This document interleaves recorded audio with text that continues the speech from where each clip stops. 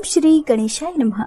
सभी लोगों के संकटों को, सभी लोगों के दुखों को हरने वाला सकट चौथ माघ माह के कृष्ण पक्ष की चतुर्थी तिथि को मनाया जाता है। इस दिन गणेश भगवान की पूजा होती है। पूरा दिन व्रत रखकर रात में चंद्रमा को अर्घ देकर व्रत खोला जाता है। संतान की लंबी उम्र, सौभाग्य में वृद्धि के लिए ये व्रत बहुत ही महत्वपूर्ण होता है।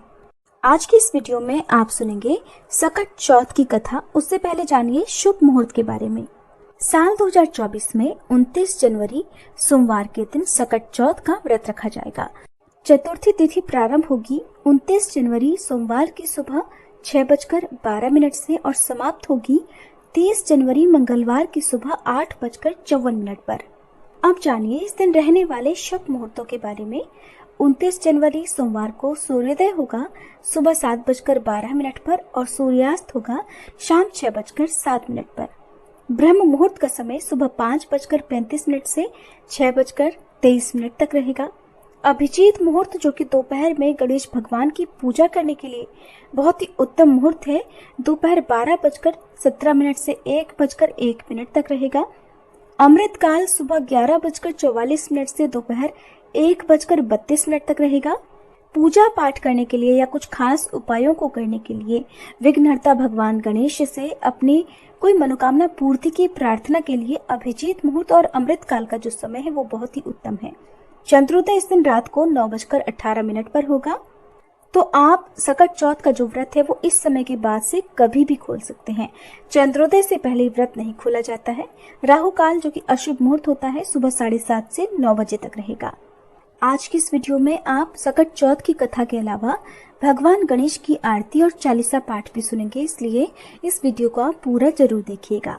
सकट चौथ के दिन शाम को पूजा करने के साथ ही जो भी भक्त सच्चे मन से भगवान श्री गणेश और सकटा माता की कथा सुनता है या पढ़ता है, भगवान श्री गणेश और सकटा माता सदा उनकी और उनके परिवारजनों की रक्षा करती हैं।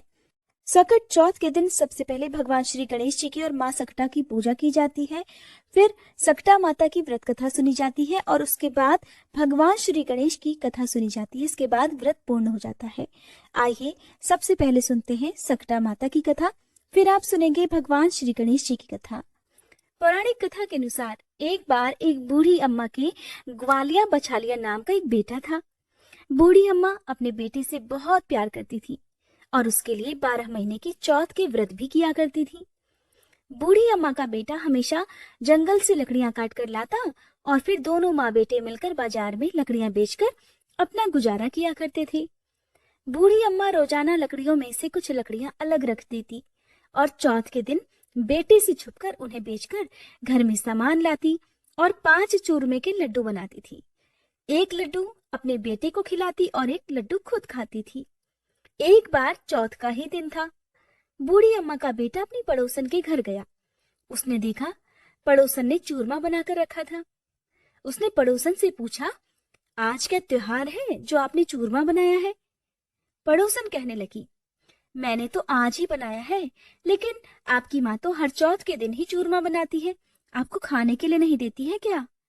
तो बेटे ने कहा, हाँ देती तो है।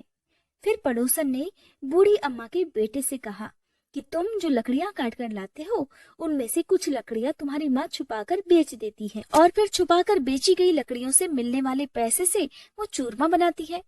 बेटे ने पड़ोसन से जब ये बात सुनी तो तुरंत अपनी माँ के पास गया और माँ से कहने लगा, माँ, मैं इतनी मेहनत से लकड़ियां लेकर आता हूँ और तुम चूरमा बनाकर खुद अकेले ही खा जाती हो। आज से तुम या तो मुझे छोड़ दो या फिर चौथ माता के व्रत को छोड़ दो। बेटे की बात सुनकर माँ कहने लगी, बेटा, मैं तो ये व्रत तुम्हारे लिए ही करती हूँ।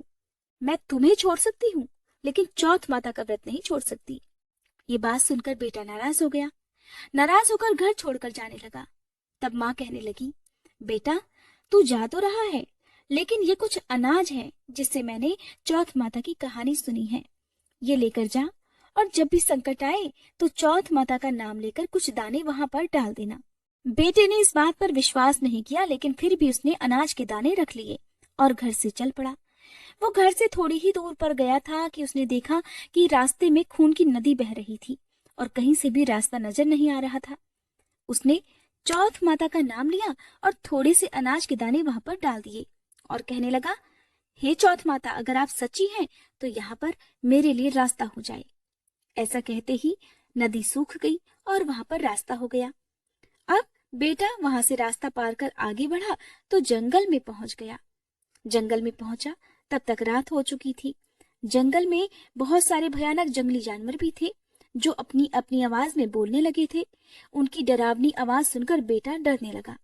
तब उसने चौथ माता का नाम लेकर वहां पर भी कुछ अनाज के दाने डाल दिए और हाथ जोड़कर कहने लगा, हे चौथ माता, मुझे रास्ता दिखाओ, नहीं तो ये जंगली जानवर मुझे मारकर खा जाएंगे। ऐसा कहते ही उसे रास्ता मिल गया और जंगल में चलते चलते वो एक राजा के नगर में जा पहुंचा। वहां का राजा हर महीने एक आदमी की बलि देता था।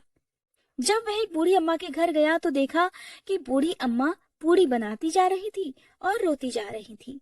तब वह पूछने लगा, हे बूढ़ी माई, रो क्यों रही हो?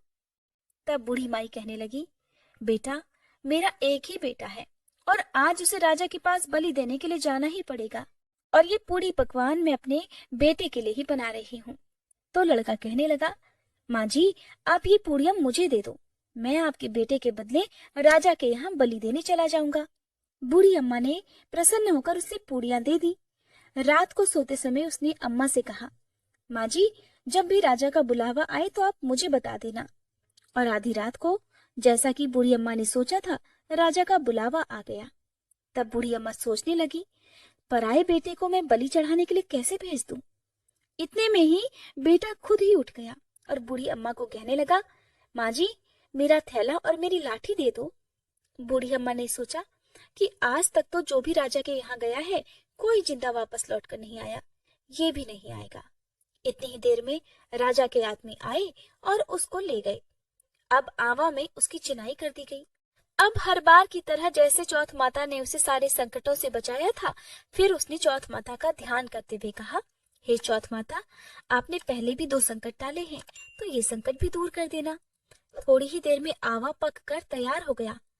2-3 दिन बाद आवा के पास ही कुछ बच्चे खेल रहे थे। उन्होंने आवा पर पत्थर मारा तो उसमें से आवाज आने लगी। बच्चे भागे भागे राजा के पास जाकर कहने लगे कि राजा जी, आवा पक गया है। अब राजा सोचने लगा कि 6 महीने में पहले आवा पका करता था, अब 3 दिन में ही आवा कैसे पक गया? राजा को विश्वास नहीं हुआ, बल्कि उसे हैरानी होने लगी। फिर भी उसने अपने नौकरों को भेजा। नौकर जब आवा के पास पहुंचे तो उन्होंने वहां जाकर देखा कि वहां पर तो सोने चांदी के कलश ही कलश रखे हुए हैं।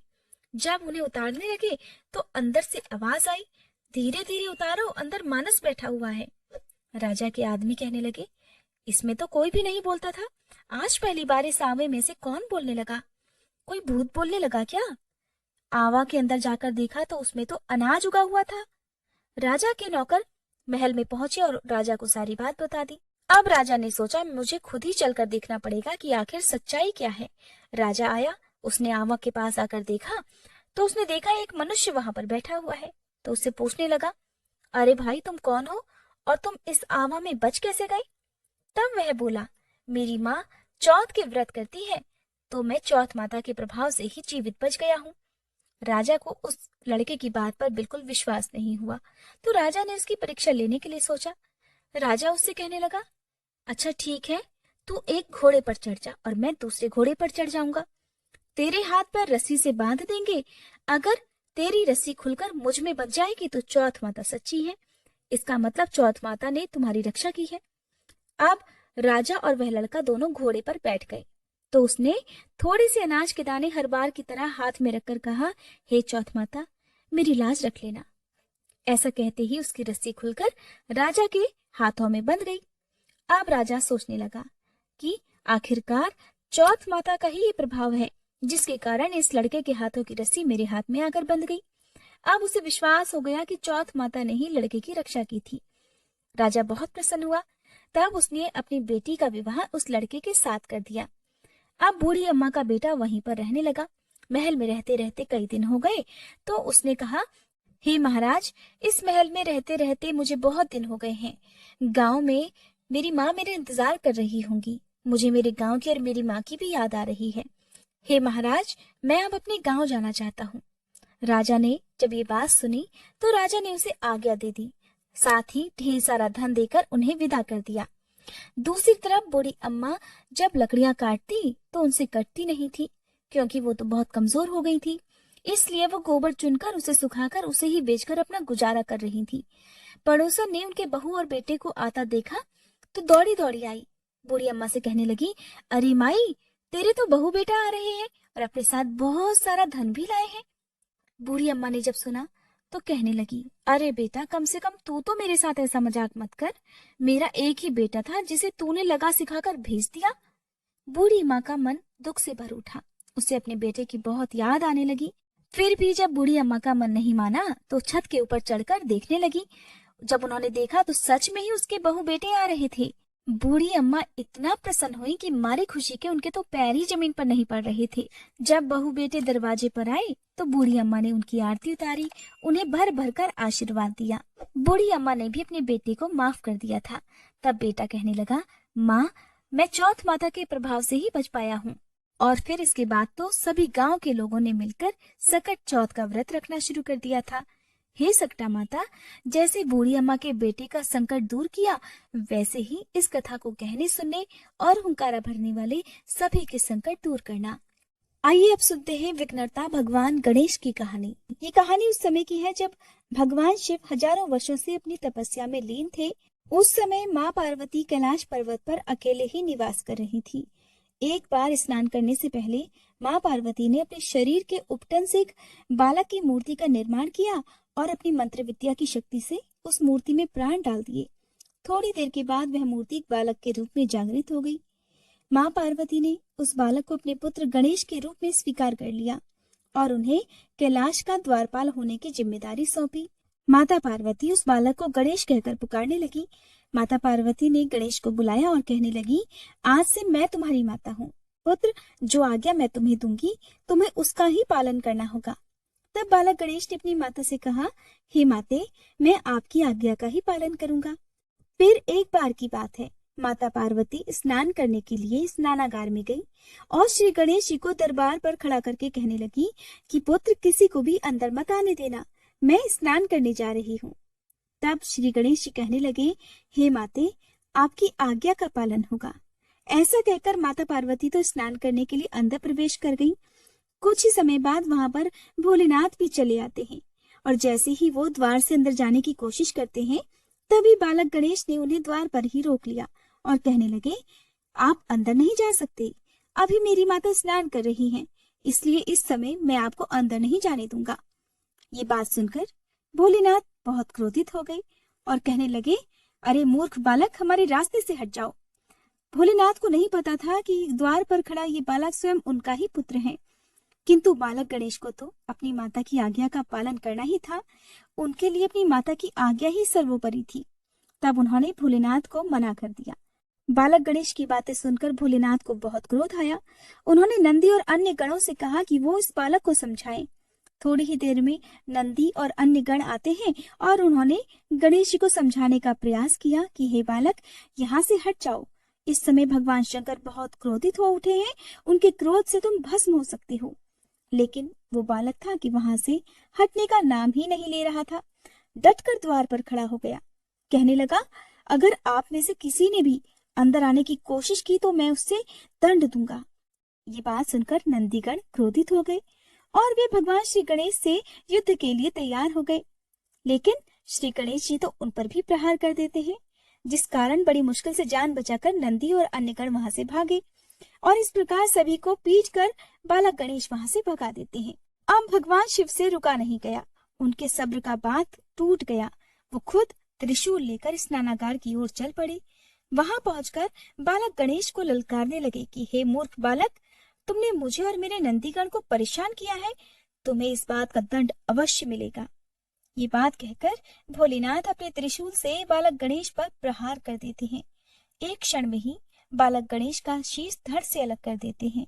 उधर थोड़ी ही देर बाद जब माता पार्वती स्नान करके वापस बाहर आई तो उन्होंने देखा उनके पुत्र गणेश का सिर कटा हुआ जमीन पर पड़ा है और महादेव वहीं पास में ही त्रिशूल हाथ में लिए क्रोधित अवस्था में खड़े हुए हैं।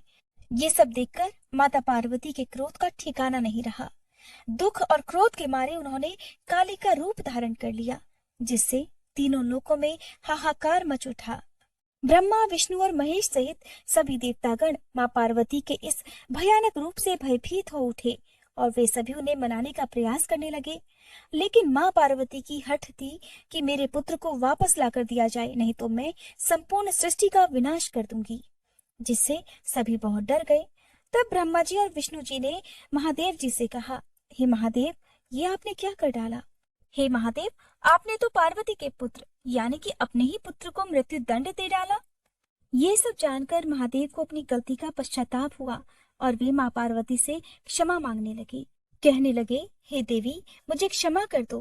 अब ये मस्तक तो मैं वापस नहीं जोड़ सकता, लेकिन किसी पशु का मस्तक यदि मिल जाए तो मैं उसे जोड़कर पुनः बालक गणेश को जीवन दान दे सकता हूँ। तब ब्रह्मा जी ने सुझाव दिया कि पूर्व दिशा में जाकर जो माँ अपने बच्चे की तरफ पीठ करके लेटी हुई हो, उस बच्चे का सिर काट कर लेकर आओ। तब ऐसे किसी प्राणी की खोज की गई। रास्ते में सबसे पहले एक नन्हा हाथी दिखाई दिया, जिसकी माँ उसकी तरफ पीठ करके लेटी हुई थी। तब नन्हे हाथी का सिर काटकर भगवान गणेश के शरीर पर लगाया गया। भगवान शिव की कृपा से बालक गणेश पुनः जीवित हो उठे। तब माता पार्वती और अन्य सभी देवताओं और ब्रह्मा, विष्णु, महेश सहित सभी बालक गणेश को आशीर्वाद प्रदान करते हैं, उन्हें अनेक प्रकार की शक्तियां प्रदान करते हैं। इस प्रकार भगवान गणेश जी का जन्म और उनके सिर पर गज का मस्तक विराजमान